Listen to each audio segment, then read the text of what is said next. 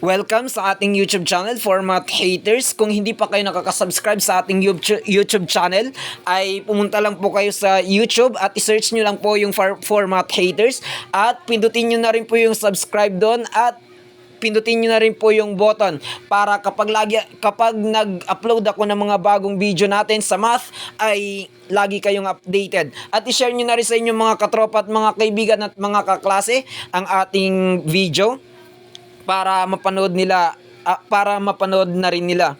Okay? So, ang ating topic ngayon ay part 2 ng arithmetic series. Ito ay iba dun sa ating first na pag-aralan sa part 1.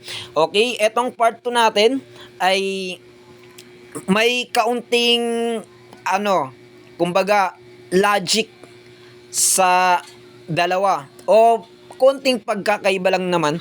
Okay, ang pinakamaganda dito is dapat ay malaman natin ito.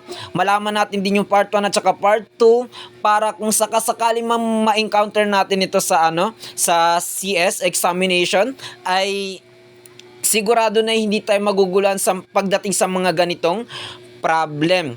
Okay? So, yung ating problem dito is find the sum of third term of 56 plus 76 plus 96 plus 116 plus 136 plus 156. So, yung ating part 1 is madali lang siya kasi pwede nating i-plus lang lahat-lahat sila at kung ano yung kalalabasan doon ay yun na yung final answer. Dito, hindi natin pwedeng gamitin yung ginawa natin sa part 1 kasi ang hinahanap lang dito is third term. Tapos yung ating term sa given ay bibilangin natin ngayon. Yung 56 natin dyan ay first term, yung 76 is second term, at yung third term natin is 96, at yung fourth term natin is 116, at yung 136 ay fifth term natin, at yung 156 ay sixth term natin. So, hindi natin pwedeng gamitin yung ginawa natin sa ating part 1. So, etong part 2 natin is, kumbaga, yung first term at saka yung third term lamang yung dapat nating i-add dito.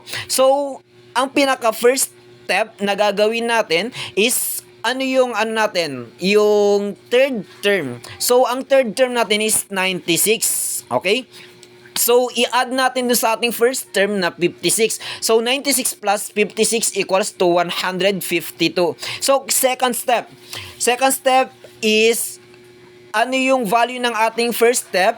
Ibig sabihin yung 152, i-divide natin siya dun sa 2. So, 152 divided by 2 equals to 76. Okay? So, ang pinaka-last step na gagawin natin is yung value ng ating second step na 76 ay imumultiply natin siya dun sa ating term na inahanap. Okay? Ibig sabihin yung third term. So, 76 times 3 equals to 228. Okay? Yan lang. Yan ay pinaka-final answer natin, 228. So, kung gusto naman natin, yung halimbawa, is yung may pinakamadali naman na gagawin dito is yung if i-add lang natin yung 56 plus 76 plus 96. Yun. Kung ano yung kalalabasan ng yun, ay yun ay yung sagot. So, importante pa rin talaga na memorize natin etong method natin kasi in case na magkaroon man ng panibago sa ating mata pagdating sa arithmetic series is makakaya natin siyang sagutan kasi meron tayong alam na method na gagamitin para i-solve yung problem na yun. Okay? That's it.